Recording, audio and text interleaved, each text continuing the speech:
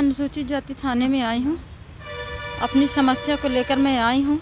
मेरे साथ बहुत बड़ी घटना हुई है।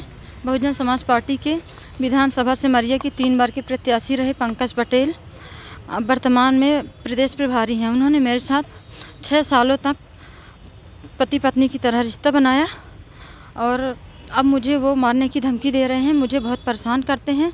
मैंने अपनी सुरक्षा के लिए एसपी साहब को आवेदन दिया है। मुझे बार बार फ़ोन आते हैं, सामाजिक दबाव भी देते हैं।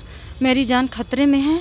मैं आप सभी लोगों से सुरक्षा की गुहार करती हूँ। मेरी जान और मेरे परिवार की सुरक्षा करिए और मुझे न्याय दिलाइए। पंकज पटेल से मेरा 2018 से राजनीतिक जान पहचान हुई।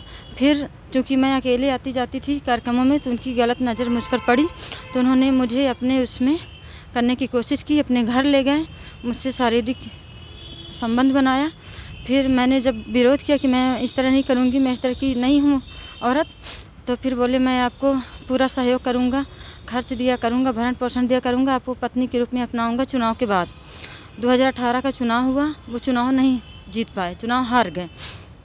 फिर जब मैं बोलने लगी तो बोले अभी मैं चुनाव हार चुका हूँ, मेरी स्थिति ऐसी नहीं है।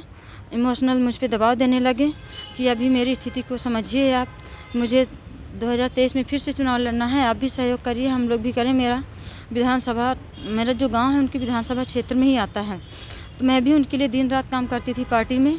2023 के चुनाव में भी मैंने उनके लिए बहुत काम किया, मैं प्रचार प्रसार में भी करती थी। तो उन्होंने बोला 2023 के चुनाव के बाद मैं आपको अपनाऊँगा, अपनी पत्नी को तलाक दूँगा। फिर जब चुनाव हार गए इस बार भी, तो फिर से वही बहाना करने लगे।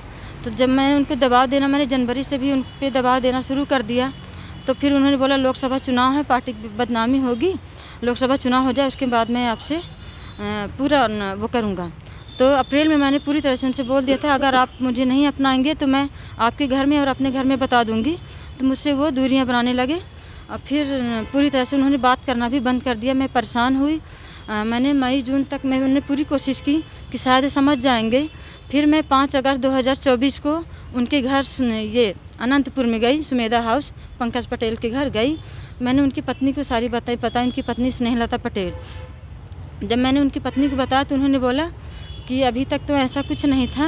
उनकी पत्नी को, उनके घर के सब लोगों को पता था। मैं उनके साथ में हमेशा आती जाती थी मीटिंग कार्यक्रमों में, सभी जगह। उनके घर भी मैं कई बार गई, अपने गांव भी मुझे अपने कई बार कार्यक्रमों में ले जाए, अपने क्रिसर भी मुझे ले जाते थे। तो उनकी पत्नी ने स्पीकर में पंकज पटेल से बात करवाई। उस दिन वो कटनी भी थे, तो बोली कि वो ऐसा बोल रही हैं, तो वो डायरेक्ट फ़ोन में झूठ बोल दी कि झूठ बोल रही है, मुझ पर झूठा आरोप लगा रही है। मैंने बोला नहीं, ये सही है। फिर जब मेरी और उनकी पत्नी से बात हो रही थी तो उन्होंने बोला मैं अपने पति को खुद तलाक दूंगी और तुम्हारी शादी करवाऊंगी। 20 अगस्त की उन्होंने डेट दी। फिर इधर मैं अपने घर आ गई तो मेरे पति को सारी जानकारी हो गई। मेरे पति मुझे बहुत परेशान करने लगे, लड़ाई झगड़ा करने लगे, मुझे घर से निकाल दिए। मैं घर से निकल गई, मैं उनके भरोसे रह गई कि 20 तारीख को मुझसे बात करेंगे। उन्हें पार्टी की और लोगों से ये पूरी सूचना बता दी कि ऐसी घटना है, मुझे इस तरह कर रहे हैं, मेरा साथ नहीं दे रहे हैं। तो उन लोग बोले कि मैं बात करूंगा, लेकिन वो जब से प्रदेश प्रभारी बन गए तो उनको बहुत पावर हो गया, तो पार्टी के सभी लोग डरते थे, कार्यकर्ता थे सभी लोग। तो उन्होंने मुझे नहीं मालूम कितनी बात की। तो फिर वो आश्वासन देने लगे कि मैं 1-2 दिन बाद बात करूंगा, 1-2 दिन बाद। मैं उनकी बातों में रही आई। अभी थाने आई हैं, थाने में FIR हो गई है जी, तो मैं यही चाहती हूँ मेरी जान की। कैसे हुआ था पंकज पटेल? मैं बहुजन समाज पार्टी से हूँ ना, मैं भी बहुजन समाज पार्टी की कार्यकर्ता हूँ। ये तो